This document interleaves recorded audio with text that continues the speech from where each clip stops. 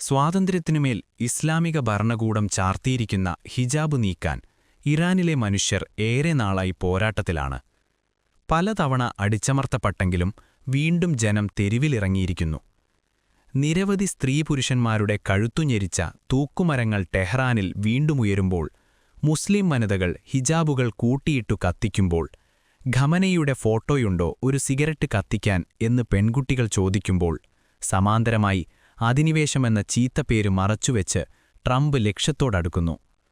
ഇസ്ലാമിക തീവ്രവാദം വിരിക്കുന്ന ചുവപ്പു പരവതാനിയിലൂടെ പുതിയൊരു ലോകക്രമം കടന്നുകയറുന്നു. സമാധാനം നഷ്ടമാകുന്നു.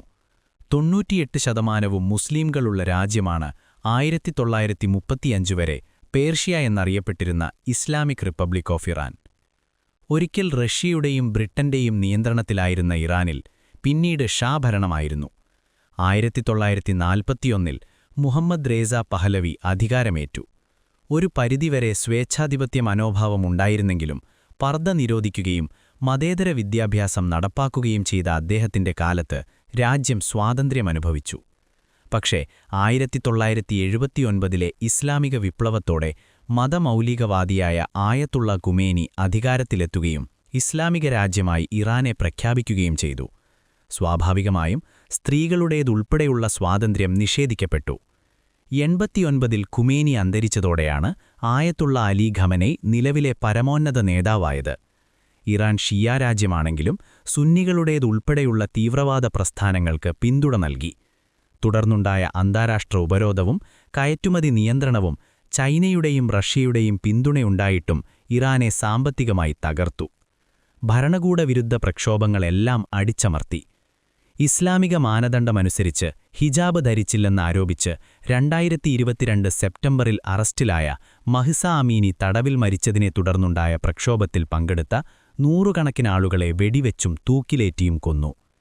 ഇപ്പോഴത്തെ പ്രക്ഷോഭം വിലകയറ്റം, തൊഴിലില്ലായ്മ എന്നിവയ്ക്കെതിരെ തുടങ്ങിയെങ്കിലും സ്ത്രീവിമോചനവും ഘടകമായി. ചരിത്രം വർത്തമാനത്തിലേക്ക് കടക്കുമ്പോൾ ഇറാനിലെ തെരുവുകളിൽ മുൻപെങ്ങുമില്ലാത്ത വിധം പ്രക്ഷോഭകാരികൾ നിറയുകയാണ്. സാമ്പത്തിക സമരം സ്വാതന്ത്ര്യ സമരമായി മാറി. ഹിജാബുകൾ കൂട്ടിയിട്ടു കത്തിച്ചു. ഇതിനിടെ മറക്കാനാകാത്ത പേരാണ് മോർട്ടീഷ്യ ആഡംസ്. അവരാണ് പരമോന്നത നേതാവായ ആയത്തുള്ള ഖുമൈനിയുടെ ഫോട്ടോ കത്തിച്ച് സിഗരറ്റിന് തീ കൊളുത്തിയത്. രണ്ടും നിരോധിക്കപ്പെട്ട കാര്യങ്ങളാണ്. എന്തുകൊണ്ടവൾ തൂക്കിലേറ്റപ്പെട്ടില്ലെന്ന് ലോകം ചോദിക്കുന്നതിനിടയിലാണ് മോർട്ടീഷ്യ ഇറാനി യുവതിയാണെങ്കിലും കാനഡയിൽ നിന്നാണ് ചിത്രം പോസ്റ്റ് ചെയ്തതെന്ന റിപ്പോർട്ടുകൾ പുറത്തുവന്നത്. പക്ഷേ ഇപ്പോഴത്തെ പ്രക്ഷോഭത്തിന്റെ മുഖചിത്രമായി അത് മാറി. ഹിജാബും പർദ്ദയുമുൾപ്പെടെ മൗലികവാദം കെട്ടിയേൽപ്പിച്ച സ്ത്രീവിരുദ്ധ മതപ്രതീകങ്ങളെ സ്വത്വവും സ്വാതന്ത്ര്യവുമായി ഏറ്റെടുത്ത വിധേയർക്കു മുന്നിൽ മോർട്ടീഷ്യ കത്തിപ്പടർന്നു.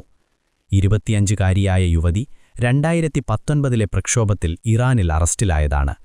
താനിപ്പോൾ അവിടെയില്ലാത്തതിന് പ്രക്ഷോഭകാരോട് മാപ്പ് ചോദിക്കുന്നുവെന്നാണ് മോർട്ടീഷ്യ സമൂഹമാധ്യമത്തിൽ കുറിച്ചത്. ഒരു പേരുകൂടി പറയാതെ വയ്യ: ഇർഫാൻ സോൾത്താൻ. പ്രക്ഷോഭത്തിൽ പങ്കെടുത്ത ഇർഫാനെ തൂക്കിലേറ്റുമെന്ന് ഇറാനും അത് സംഭവിച്ചാൽ ഫലമനുഭവിക്കുമെന്ന് അമേരിക്കയും പറഞ്ഞു. ഏതായാലും ഇർഫാനുമായുള്ള കുടുംബാംഗങ്ങളുടെ ഒടുവിലത്തെ 10 മിനിറ്റ് കൂടിക്കാഴ്ചയും പൂർത്തിയായി. മതരാഷ്ട്രമായതുകൊണ്ട് ഇർഫാന് വിചാരണയോ നീതിയോ ലഭിക്കില്ല. ഇന്റർനെറ്റ് നിരോധിച്ചിരിക്കുന്നതിനാൽ കൃത്യമായ വിവരങ്ങൾ ഇറാനിൽ നിന്ന് പുറത്തുവരുന്നില്ല. അമേരിക്ക ആസ്ഥാനമായ മനുഷ്യാവകാശ പ്രവർത്തക വാർത്താ ഏജൻസിയുടെ കണക്കനുസരിച്ച് ഇറാനിൽ കൊല്ലപ്പെട്ടവരുടെ എണ്ണം 2571 ഉയർന്നു. യഥാർത്ഥ കണക്കുകൾ മറ്റൊന്നായിരിക്കാം. 79 ഇസ്ലാമിക വിപ്ലവത്തിൽ പുറത്താക്കിയ ഷാ മുഹമ്മദ് റേസ പഹലവിയുടെ മൂത്ത പുത്രൻ റേസ പഹലവി 5 പതിറ്റാണ്ട് വിവിധ രാജ്യങ്ങളിലായി നടത്തിയ പ്രവാസ ജീവിതം അവസാനിപ്പിച്ച് അമേരിക്കയിൽ നിന്ന് ഇറാനിലെത്തുമെന്നാണ് പ്രക്ഷോഭകാരികൾ പ്രതീക്ഷിക്കുന്നത്. ട്രംപിന്റെ ഇടപെടലുണ്ടായാൽ വിനാശകരമായ തിരിച്ചടിയുണ്ടാകുമെന്നാണ് ഇറാൻ നൽകിയിരിക്കുന്ന മുന്നറിയിപ്പ്. അമേരിക്ക കണ്ട ഏറ്റവും അപക്വമതിയും അതേസമയം തീവ്രവാദ വിരുദ്ധനുമായ പ്രസിഡന്റെന്ന് വിശേഷിപ്പിക്കപ്പെടുന്ന ട്രംപ് ഇറാനെ ആക്രമിക്കുമെന്നാണ് ലോകം നിരീക്ഷിക്കുന്നത്. അമേരിക്കയുടെ അധിനിവേശത്തെ എതിർക്കുന്നവരുടെ തൊണ്ടയിൽ കുടുങ്ങിയ മുള്ളാണ് ഇറാൻ. ട്രംപിനെ എതിർക്കാനോ ഖമനയെ അനുകൂലിക്കാനോ ആവാത്ത അവസ്ഥയാണ്. അമേരിക്കയുടെ പിന്തുണ ഇറാനിലെ സ്വാതന്ത്ര്യവാദികളെ പ്രചോദിപ്പിച്ചിട്ടുണ്ടാകാം. പക്ഷേ നിരവധി പേർ തൂക്കിലേറ്റപ്പെട്ടിട്ടും പുതിയ യുവാക്കൾ മരണഭയം മറന്ന് തെരുവിലിറങ്ങുന്നത് നിസ്സാരമല്ല. ഈ യുവാക്കളുടെ മാതാപിതാക്കളാണ് ഖുമൈനിക്കു വേണ്ടി ഇസ്ലാമിക വിപ്ലവകാലത്ത് മുദ്രാവാക്യം വിളിച്ചത്: മതരാഷ്ട്രം ചോദിച്ചു വാങ്ങുന്നവർക്ക് വധശിക്ഷ സൗജന്യമായി ലഭിക്കുന്നുണ്ട്.